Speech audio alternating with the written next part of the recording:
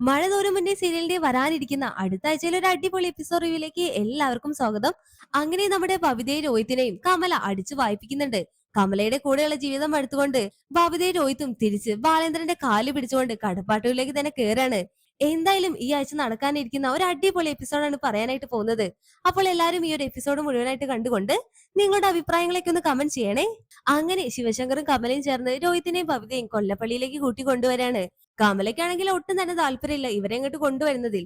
അങ്ങനെ ഒരു ദിവസം രാവിലെ നീറ്റോണ്ട് ഭവിത കമലയോട് പറയും, ആന്റി എനിക്കൊരു ചായ വേണം, ആന്റി ഹാളിലേക്ക് കൊണ്ടുവന്നാ മതി എന്നും പറഞ്ഞോണ്ട് ഭവിത പോകും. അപ്പൊ കമല പറയുന്നുണ്ട്, ഹോ നാശം പിടിച്ചത് നിങ്ങൾ ഇങ്ങോട്ട് കൊണ്ടുവരണ്ടായിരുന്നു, ഇതിപ്പോ എനിക്ക് പണിയായി, ആ തള്ളയെ നോക്കണം ഇവറ്റകളെയും നോക്കണം, എല്ലാം ശിവേണ്ണ പറഞ്ഞാ മതിയല്ലോ എന്നെല്ലാം പറഞ്ഞോണ്ട് കമല കട്ട കൽപ്പിൽ കിച്ചണിൽ അങ്ങനെ നിക്കാണ്. അങ്ങനെ അപ്പോൾ അങ്ങോട്ട് ശിവേട്ടൻ വരും. എടി കമലെ എനിക്കൊരു ചായ വേണം, രാജീവും ഉണ്ട്, അവന് കൂടി എടുത്തോ. അപ്പൊ കമല പറയുന്നുണ്ട്, ദേ ശിവേട്ടാ ഞാൻ ഇവിടുത്തെ വേലക്കാരിയല്ല, പറഞ്ഞേക്കാം, എത്രയും പെട്ടെന്ന് ബബിതയും രോഹിത്തിനെയും ഇവിടെ നിന്ന് തിരിച്ച് കടപ്പാട്ടൂരിലേക്ക് തന്നെ കൊണ്ടുവിടണം, എനിക്കൊന്നും വയ്യ ഇവറ്റകളെ കൂടി നോക്കാനായിട്ട്.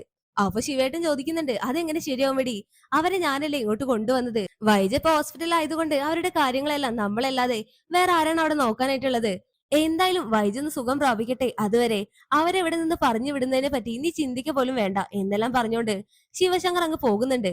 അപ്പൊ കമല പറയും, നാശം പിടിച്ചതുങ്ങളെ എങ്ങനെ ഇവിടെ നിന്ന് കെട്ടുകെട്ടിക്കണമെന്ന് എനിക്ക് നന്നായിട്ട് അറിയാം, കാണിച്ചു തരാം ഞാൻ എന്നൊക്കെ പറഞ്ഞോണ്ട് കമല അവിടെ കട്ട കലിപ്പിൽ നിൽക്കാണ്. അങ്ങനെ പിന്നീട് കമല രാജീവിന് ശിവശങ്കറിനുള്ള ചായ എല്ലാമായിട്ട് വരും. അപ്പോൾ അവരുടെ കൂടെ ഭവിത ഇരിക്കുന്നുണ്ടാകും. അയ്യോ ആന്റി എനിക്ക് ചായ ഇല്ലേ, എനിക്ക് ചായ വേണമെന്ന് ഞാൻ ആന്റിയോട് പറഞ്ഞതല്ലായിരുന്നോ. അപ്പൊ കമല പറയുന്നുണ്ട്, മോളെ എല്ലാവരുടെ കാര്യം കൂടി ആന്റിക്ക് ഒറ്റയ്ക്ക് നോക്കാനായിട്ട് നല്ല ബുദ്ധിമുട്ടാണ്, ചായപ്പൊടിയും പഞ്ചസാരയൊക്കെ കിച്ചണിലുണ്ട്, മോള് തനിയായിട്ട് കുടിച്ചോ.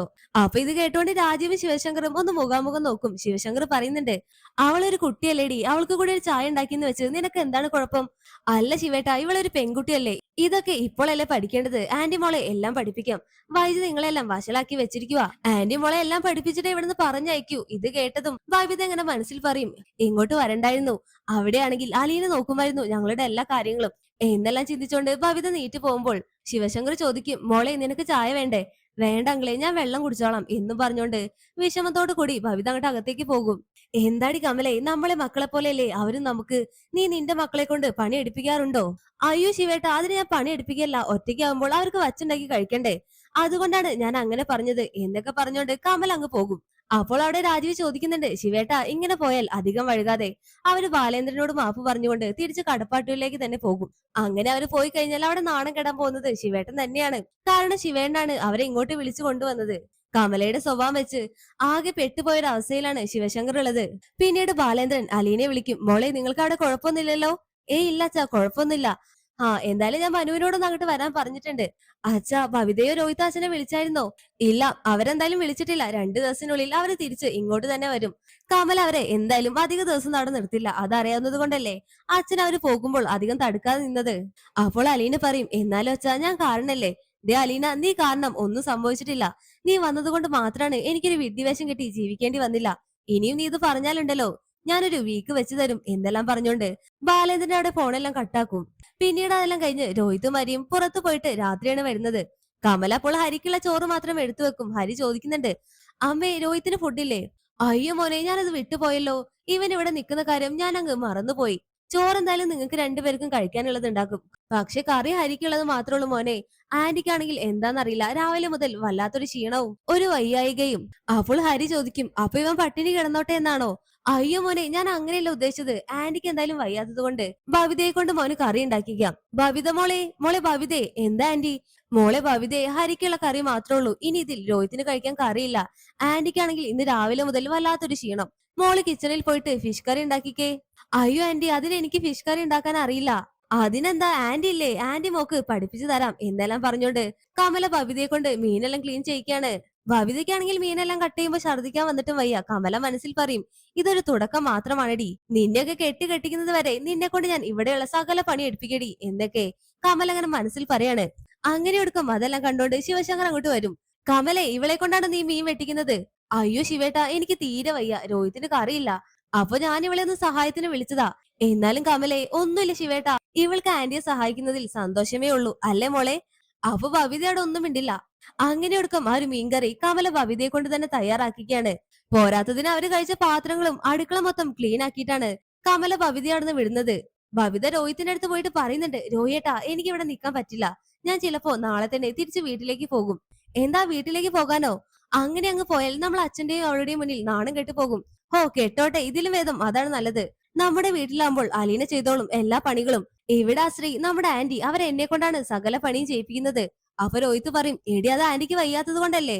അല്ല, ആന്റിക്ക് ഒരു കുഴപ്പമില്ല. അവരിതൊക്കെ മനഃപൂർവ്വം ചെയ്യിക്കുന്നതാണ്. എന്തായാലും ഞാൻ നാളെ കൂടി നോക്കും. എന്നിട്ടും ഇത് തന്നെയാണ് അവസ്ഥ എങ്കിൽ ഞാൻ തിരിച്ച് വീട്ടിലേക്ക് പോകും എന്നെല്ലാം പറഞ്ഞുകൊണ്ട് ബബിത തന്റെ റൂമിലേക്ക് പോവാണ്. അങ്ങനെ പിന്നീട് അതിരാവിലെ തന്നെ കമല ബബിത കിടക്കുന്ന റൂമിന്റെ വാതിലിൽ മുട്ടുന്നുണ്ട്. ബബിത മോളെ മോളെ ബബിതേ വാതിൽ തുറക്ക് എന്നൊക്കെ പറയുമ്പോ ബബിത വാതിൽ തുറക്കും. എന്താ ആന്റി, ആന്റി എന്താ ഈ സമയത്ത്? നേരം വെളുത്തിട്ടില്ലല്ലോ.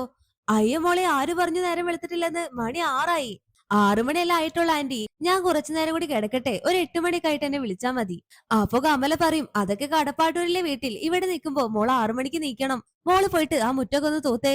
അപ്പോൾ ബബിത പറയും, അയ്യോ ആന്റി, മുറ്റം തൂക്കാനോ? അതൊന്നും എനിക്കറിയില്ല. അപ്പൊ കമല പറയുന്നുണ്ട്, അതൊക്കെ ആന്റി പഠിപ്പിച്ചു തരാം.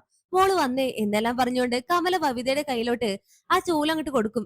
എന്നിട്ട് അടിച്ചു വാരാനായിട്ട് പറയാണ്. ബബിതയ്ക്കാണെങ്കിൽ അങ്ങ് ദേഷ്യം വന്നിട്ട് വയ്യ. ബബിതയെ കൊണ്ട് മുറ്റം മുഴുവൻ അടിച്ചു വാരിക്കാണ് കമല. രോഹിത് അപ്പോൾ ഇതൊക്കെ കാണുന്നുണ്ടാകും. അങ്ങനെ രോഹിത്തിനെ കണ്ട കമല, ആ മോനെ നീ എഴുന്നേറ്റോ? എന്നാ മോനെ ഈ ചെടിക്കൊക്കെ ഒന്ന് വെള്ളം ഒഴിച്ചേ. അപ്പോഴേക്ക് ആന്റി കിച്ചണിൽ പോയിട്ട് ചായയൊക്കെ ഉണ്ടാക്കിയിട്ട് വരാം എന്നെല്ലാം പറഞ്ഞുകൊണ്ട് കമലയുടെ രോഹിത്തിനും പണി കൊടുക്കും. അപ്പൊ രോഹിത്തിന് കാര്യം മനസ്സിലായി. ആന്റി ഞങ്ങളെ പറഞ്ഞു വിടാനായിട്ട് മനഃപൂർവ്വം ഞങ്ങളെ കൊണ്ട് പണി എടുപ്പിക്കുന്നതാണ്. ബബിതയ്ക്കാണെങ്കിൽ അങ്ങ് ദേഷ്യം വന്നിട്ട് വയ്യ. ബബിത അവിടെ രോഹിത്തിനെ തന്നെ തുറിച്ചു നോക്കുന്നുണ്ട്. രോഹിയേട്ടാ സമാധാനായില്ലേ? അവിടെ നിന്ന് ഇങ്ങോട്ട് വരണ്ടായിരുന്നു. അവിടെ നമ്മൾ ആ അലീനെ മാത്രം സഹിച്ചാൽ മതിയായിരുന്നു. അവളാണെങ്കിലോ എന്ത് പറഞ്ഞാലും കേട്ടു നിൽക്കും. ഇവിടെ ആന്റിയുടെ വേലക്കാരാണ് നമ്മൾ രണ്ടുപേരും. നമുക്ക് ഇവിടുന്ന് പോകാൻ രോഹിയേട്ടാ. അപ്പൊ രോഹിത്ത് പറയുന്നുണ്ട്, നോക്കാം, കുറച്ചു നേരം കൂടി നമുക്ക് നോക്കാം. ആന്റി ഇങ്ങനെയാണ് പെരുമാറുന്നതെങ്കിൽ നമുക്ക് ഇവിടെ നിന്ന് പോകാം എന്നൊക്കെ രോഹിത്ത് പറയാണ്. അങ്ങനെ ഒടുക്കം ബബിതയുടെ മുറ്റടിച്ചു വാരലും രോഹിത്തിന്റെ ചെടിക്ക് വെള്ളം ഒഴിക്കലെല്ലാം കഴിഞ്ഞു. അവരകത്തേക്ക് പോകുമ്പോ കമല ചായയും കൊണ്ട് വരുന്നുണ്ട്. എന്നിട്ടോ കമല ഇവർക്ക് രണ്ടുപേർക്കും ചായ കൊടുക്കുന്നില്ല. ഇവർക്കുള്ള ചായ ബബിതയോട് ഉണ്ടാക്കാനായിട്ട് പറയാണ് കമല. ഒടുക്കം പൊറുതി മുട്ടി ശിവശങ്കറും രാജീവും കമലയും ഹരിയും എല്ലാവരും നിൽക്കെ ബബിത അങ്ങോട്ട് പറയുന്നുണ്ട്, ദേ ആന്റി, നിങ്ങളുടെ സെർവന്റ് അല്ലേ ഞങ്ങൾ. നിങ്ങൾക്ക് പണിക്ക് ആളെ വേണമെങ്കിൽ സ്വന്തം മക്കളുണ്ടല്ലോ വായ പോലെ നിൽക്കുന്നു, അവരെ കൊണ്ട് അങ്ങ് ചെയ്യിപ്പിച്ചാ മതി. നിങ്ങളെ ഓവർ അങ്ങ് എന്റെ അടുത്ത് വിളച്ചിലെടുക്കണ്ട. ഇത്രയും ദിവസം ഞങ്ങൾ ഇവിടെ നിന്നത് നിങ്ങളുടെ പെരുമാറ്റത്തിൽ വല്ല മാറ്റം ഉണ്ടാവുമെന്ന് വെച്ചിട്ടാണ്. അപ്പൊ ശിവശങ്കർ ചോദിക്കും, എന്താ മോളെ, എന്താ പ്രശ്നം? കമലാന്റി നിങ്ങളോട് വല്ലതും പറഞ്ഞോ? അപ്പോൾ ബബിത പറയുന്നുണ്ട്, ഇല്ല അങ്കിളെ, കമലാന്റി ഞങ്ങൾ ഒന്നും പറഞ്ഞിട്ടില്ല. പക്ഷെ കമലാന്റി ഞങ്ങളിവിടെ സെർവന്റ് ആക്കുകയായിരുന്നു. ഇന്നലെ മുതൽ തുടങ്ങിയതാണ്. ആന്റിക്ക് വയ്യെന്നും പറഞ്ഞ് എന്നെ കൊണ്ട് ഇവിടെയുള്ള സകല പണിയും ചെയ്യിപ്പിച്ചു. ഇന്ന് രാവിലെ ആയപ്പോഴോ എന്നെ കൊണ്ട് മുറ്റം മുഴുവൻ തൂത്തു വാരിച്ചു. രോഹിയേട്ടനെ കൊണ്ട് ചെടിക്കും വെള്ളം ഒഴിപ്പിച്ചു. അതും കഴിഞ്ഞ് ക്ഷീണിച്ചു വന്നപ്പോഴോ ഞങ്ങൾക്ക് ചായ തരാതെ ആന്റി നിങ്ങൾക്ക് മൊത്തം ചായ തന്നു. ഞങ്ങൾക്ക് വേണേൽ ഞങ്ങൾ ഉണ്ടാക്കണം പോലും. അപ്പൊ ശിവശങ്കർ അവിടെ കമല ഒരു നോട്ടം അങ്ങോട്ട് നോക്കുന്നുണ്ട്. കമല അപ്പൊ തലയും താത്തി നിൽക്കും.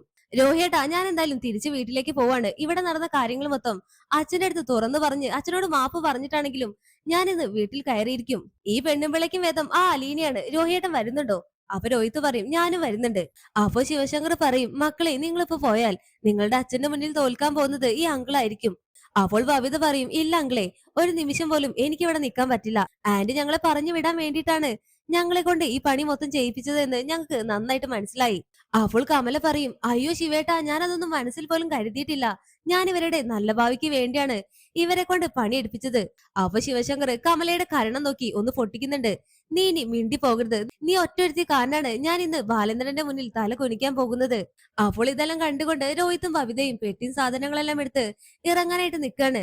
രാജീവ് പറയും, മക്കളെ നിങ്ങൾ തനിച്ചു പോകണ്ട, നിങ്ങളെ അങ്കിള് കൊണ്ടുവിടാം എന്നെല്ലാം പറഞ്ഞ് രോഹിത്തിനെയും ബബിതയും ഗേറ്റ് വരെ ആക്കിയിട്ട് രാജീവ് അങ്ങ് പോകും. രോഹിത്തിനും ബബിതയ്ക്ക് അങ്ങോട്ട് കയറി ചെല്ലാൻ നല്ല മടി ഉണ്ടാകും. എന്നാലും അവരങ്ങ് പോയി ബെല്ലടിക്കും. അപ്പോൾ അവിടെ വാതില് തുറക്കുന്നത് കൃഷ്ണമോളാണ്. അല്ല, ഇത് ആരൊക്കെയാണ്? ഇവിടുന്ന് ഇറങ്ങി പോയവരല്ലേ? ഇനി ഇങ്ങോട്ട് തിരിച്ചു വരില്ല എന്ന് പറഞ്ഞിട്ട് നിങ്ങൾ എന്തായി വേഗം വന്നത്? അപ്പൊ രോഹിത്ത് പറയും, മാറി നിക്കടെ അവിടുന്ന് എന്നും പറഞ്ഞോണ്ട് രോഹിത്ത് അങ്ങോട്ട് അകത്തേക്ക് കയറാണ്. അപ്പോൾ അവിടെ ബാലേന്ദ്രൻ ഉണ്ടാകും. അല്ല മക്കളെ, നിങ്ങൾ പോയ പോലെ തന്നെ ഇങ്ങോട്ട് തിരിച്ചു വന്നോ എന്ന് ബാലേന്ദ്രൻ ചോദിക്കാണ്. അപ്പൊ ബബിത പറയും, അച്ഛാ ഞങ്ങൾക്ക് ഇനി അവിടെ നിൽക്കാൻ പറ്റില്ല. ഞങ്ങൾ എടുത്ത തീരുമാനം തെറ്റായി പോയി. അപ്പോൾ അലീന അങ്ങോട്ട് വരുന്നുണ്ട്. ബാലേന്ദ്രൻ ചോദിക്കും, കമലാന്റി നിങ്ങൾ എങ്ങനെയാണ് സൽക്കരിച്ചത്? അപ്പോൾ ബബിത അവിടെ നടന്ന കാര്യങ്ങൾ മൊത്തം ബാലേന്ദ്രന്റെ അടുത്ത് തുറന്നു പറയും. ഇത് കേട്ട അവിടെ കൃഷ്ണമോള് പൊട്ടിച്ചിരിക്കും. ബാലേന്ദ്രൻ പറയും, ഇപ്പൊ മനസ്സിലായില്ലേ അവരുടെയൊക്കെ തനി സ്വഭാവം? അവർക്കൊക്കെ സ്വന്തം കാര്യങ്ങളുള്ള മക്കളെ മറ്റുള്ളവരുടെ കുടുംബം തകർക്കാനായിട്ടാണ് നിങ്ങളുടെ അങ്കിളും ആന്റിയൊക്കെ ശ്രമിക്കുന്നത്. രോഹിത്തൊക്കെ ഒന്നും മിണ്ടാതെ നാണം കെട്ട് എല്ലാം കേട്ട് നിൽക്കുന്നുണ്ട്. ഒടുക്കം അവരങ്ങ് കയറി പോകും. പോകാൻ നേരം അലീനൊന്ന് തുറിച്ചു നോക്കാണ് രോഹിത്ത്. ഇവര് വീണ്ടും വന്നെങ്കിലും അലീനയുടെ അടുത്ത് ഇപ്പോഴും അടങ്ങാത്ത ദേഷ്യമായിരിക്കും. അലീനെ ഒന്ന് തുറച്ചു നോക്കിക്കൊണ്ടാണ് അവരങ്ങ് റൂമിലേക്ക് പോകുന്നത്. എന്തായാലും ഇതോടും കൂടി കമലയുടെ തനി സ്വഭാവം മനസ്സിലാക്കിയിരിക്കുകയാണ് രോഹിത്തും ബബിതയും. കമല അടിച്ച് പുറത്താക്കുന്നതിന്റെ മുന്നേ കമലയുടെ അടുത്ത് 4 വർത്താനം പറഞ്ഞുകൊണ്ട് അവരായിട്ട് ഇറങ്ങി വരികയാണ്. എന്തായാലും ഈ ആഴ്ചയിലും അടുത്ത ആഴ്ചകളിലെല്ലാമായിട്ട് നടക്കാനിരിക്കുന്ന ഒരു അടിപൊളി എപ്പിസോഡാണിത്. അപ്പോൾ എല്ലാവർക്കും ഈ ഒരു റിവ്യൂ ഇഷ്ടമായാൽ വീഡിയോ ലൈക്ക് ചെയ്യാനും ചാനൽ സബ്സ്ക്രൈബ് ചെയ്യാനും മറക്കല്ലേ ഫ്രണ്ട്സ്.